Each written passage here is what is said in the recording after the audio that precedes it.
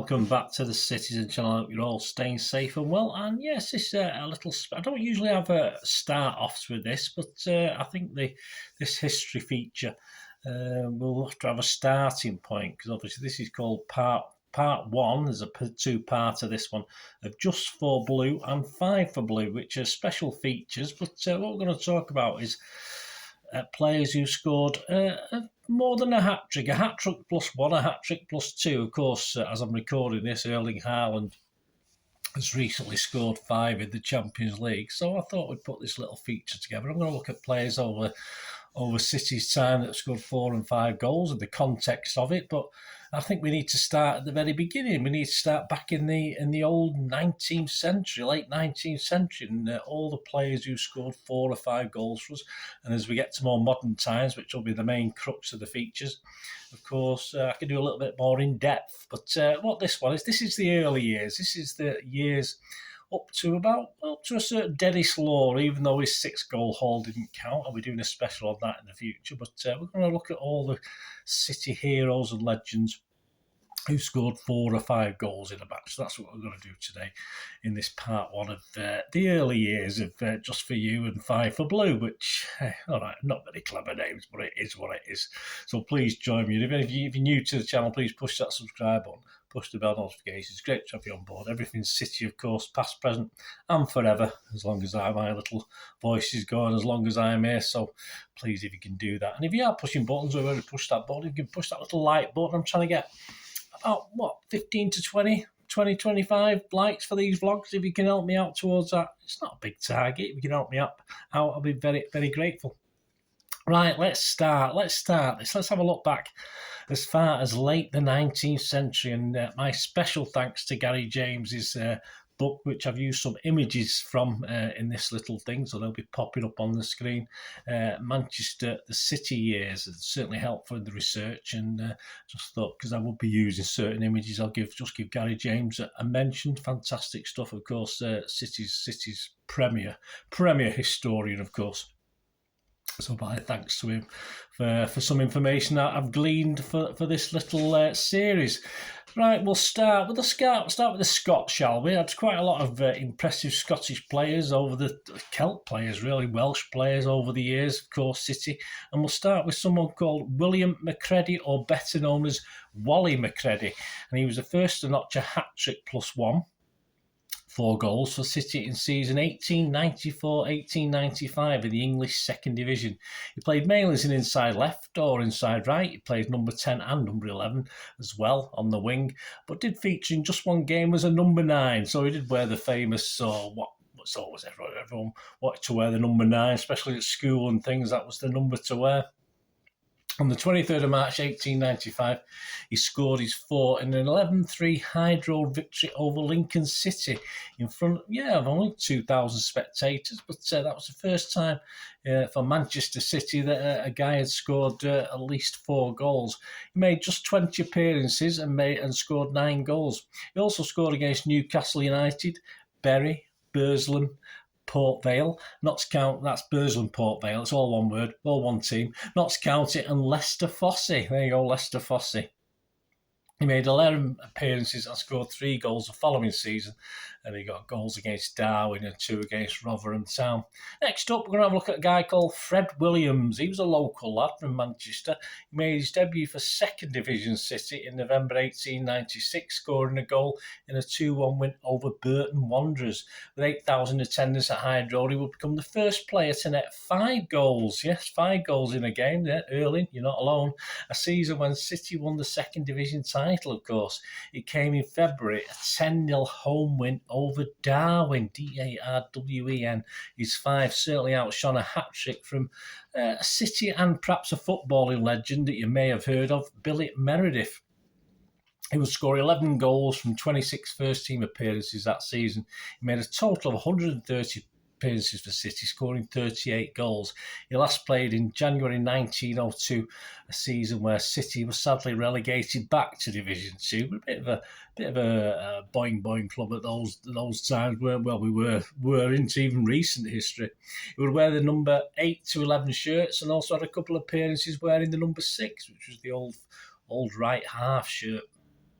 He'd had one season after leaving us at United. There you go. So he sort of didn't improve himself, did he? That's for sure. Another Scot next, yeah, Scottish-born Alexander Turnbull, or better known as Sandy Turnbull. He was next to notch 4 in a 6-0 home win over Derby County in December 1904 in the First Division. He'd actually notched a hat-trick 2 weeks previously in a 5-2 Hyde Road win over Sunderland. That season, as a number 10, he got 20 goals from just 32 appearances, was by a long way City's top scorer as we finished the season in third, just 2 points behind the eventual champions Newcastle. Turnbull had also scored his debut for City at a 3-2 loss to Bristol City in November 1902. Turnbull also played for City, achieved an FA Cup winners' medal, of course. That's when we first won the FA Cup in 1903-1904. And he played all the games in City's 1903-04 FA Cup winning run, scoring 2 in the first round, 1 in the second, 1 in the third, 1 in the semi-final, and he only missed out in the final itself. Turnbull, actually, there'll be an image there. Turnbull features in a cartoon from the Athletic News after the semi-final win over Wednesday. Turnbull was one of the players that left City for United after that infamous, or the famous, or infamous, whichever way you look at it, FA ban on City. As sort of 4 or 5 top City players jumped ship and went over to United.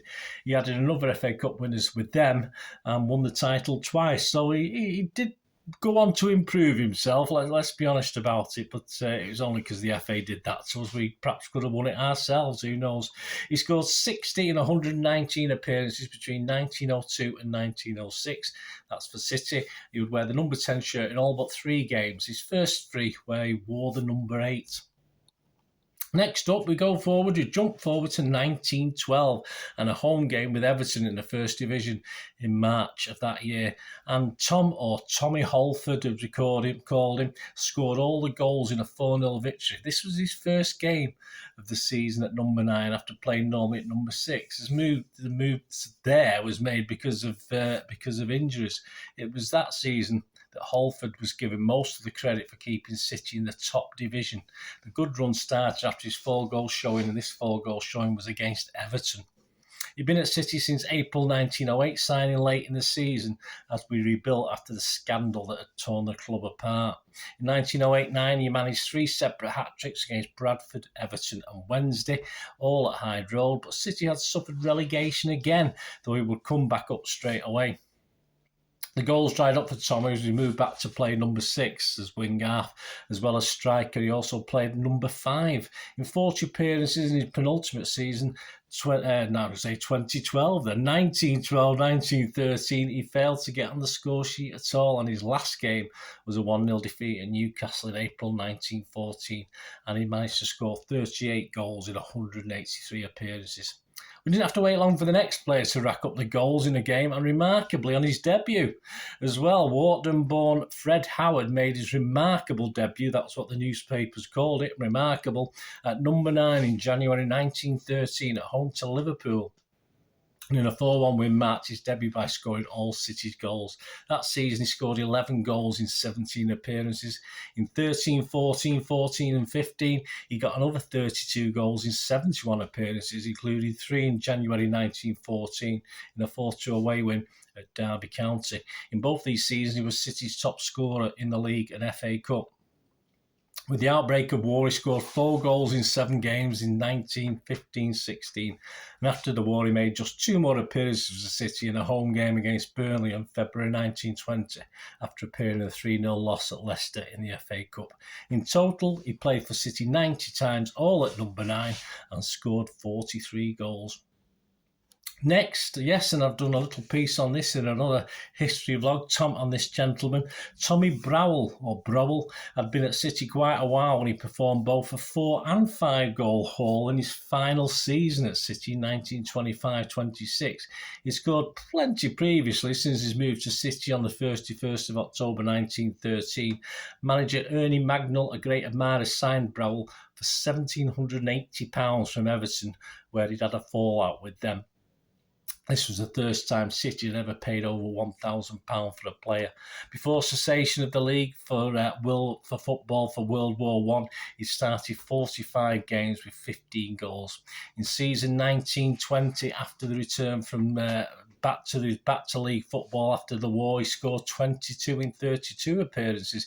In 1920-21 season, City finished runners-up in the league, and Brouwer set a career best of 31 goals in 42 league games, the first ever City player to score 30 goals plus in a season. He scored a total of 21 in season 21-22, also scored 5 in 3 FA Cup games. In season 22-23, affected by injury, just 15 games, 3 goals, and he also struggled for game time the following 2 seasons, making only 14 league appearances in each, with 4 league goals in 23-24 and 6 in 24-25. During City's run to the 23-24 FA Cup semi-final, he did manage 5 games and 4 goals. And in the infamous, and that's what it was, an infamous 25-26 season where City managed to lose a cup final and were relegated in the same season, Brouwer hit 5 in an 8-3 victory over Burnley at Main Road in October, and had notched 4 previously in a 4-4 Main Road draw with his previous employers Everton the month before in September. City had been losing that one 4-1 at half-time. He'd scored 21 league goals in what would be his last season. He made a total of 247 appearances, scoring 139 goals, and he wore numbers 7, 8, 9 and 10 and 11. Sorry, only 11 was missing from his starting numbers, so he had all the forward line apart from the left wing. Join me, please, in part 2 as we continue our look at 4 and 5 City goal heroes, including a couple of legends that you may have heard of, a guy called Tommy Johnson and a guy called Eric Brook. So please join me in part 2 for that. I hope you enjoyed that. I won't ask you for your own memories. I'm sure you won't have those unless you've got granddads or dads who might have witnessed some of these players, or great granddads, if you like, of course, a long time ago now. But please join me in part 2. I hope you enjoyed that little summation of this set, Just for Blue and 5 for Blue, the early years. So hope you enjoyed that. Thanks for watching, guys. Please, until we meet again, that's one thing, don't I? Please stay safe, Blues. Come on, City. Bye for now.